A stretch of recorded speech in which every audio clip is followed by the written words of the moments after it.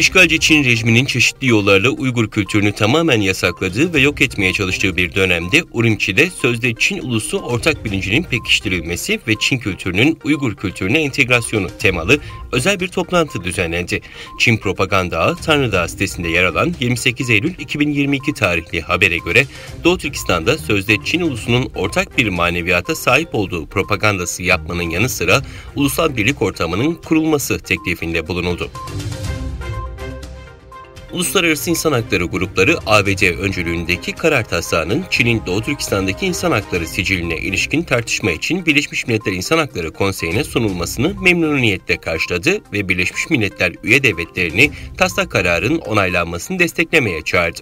Aynı gün 20 ülkeden 60'tan fazla Uygur örgütü ortak bir bildiride karar taslağını memnuniyetle karşıladı ve ülkeleri Doğu Türkistan'la ilgili son Birleşmiş Milletler bulgularını takip etmeleri için gerekli adımları atmaya davet etmeye devam edeceklerini söyledi.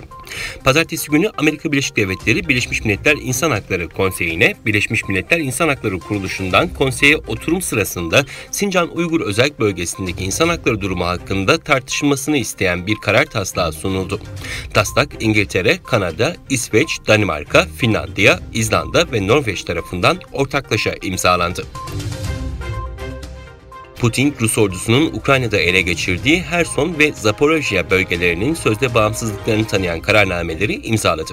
Ukrayna'daki Rusya yanlısı ayrılıkçıların kontrolündeki sözde Donetsk ve Luhansk Halk Cumhuriyetleri ile Rus ordusunun ele geçirdiği Herson ve Zaporojye bölgelerinde Rusya'ya bağlanmak için 23-27 Eylül'de referandum düzenlendi.